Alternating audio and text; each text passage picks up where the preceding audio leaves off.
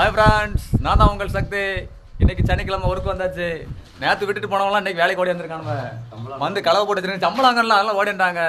Friends பார்த்தீங்கன்னா நாங்கள் இன்னைக்கு வந்து இந்த சீலிங் தான் பூச போகிறோம். சீலிங் பூசுறதுக்கு எல்லாம் ரெடி பண்ணி வச்சாச்சு, சாரம் போட்டாச்சு. இல்லை சீலிங்கில் புள்ளி அடிக்காமல் இருக்குது. ஃப்ரெண்ட்ஸ் சாரி, அந்த புள்ளி அடிக்கிறது தான் நான் இருக்கேன். அதுக்கு தான் அந்த கண்ணாடி போட்டிருக்கோம். ஏன்னா கண்ணில் விழுந்துச்சுன்னா கண்ணு போயிருப்பாங்க.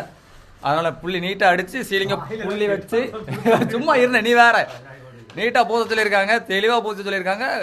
அண்ணாச்சி எப்படி பூசணும்? நிதானமாக பூசினா போதுன்ட்டாங்க. எந்த அவசரமும் வேண்டாமா. மணி இப்பவுமே 12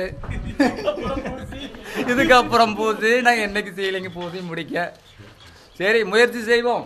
இவரை நேற்று எங்கே நல்லா ஒரு தூங்கல வீட்டில் இருந்து எல்லாருமே. ஃப்ரெண்ட்ஸ் இன்னைக்கு பார்த்தீங்கன்னா 2 கொத்தனார், ஒரு சப்ஜெக்ட் கொத்தனார், ஒரு 5-6 கையால் வந்திருக்காங்க. இவங்கள வச்சா நீங்கள் மயக்க வேண்டியிருக்கு. எரும மாடம் மேய்ச்ச மாதிரி மயக்க வேண்டியிருக்கு. இன்னொரு கிண்டுங்க.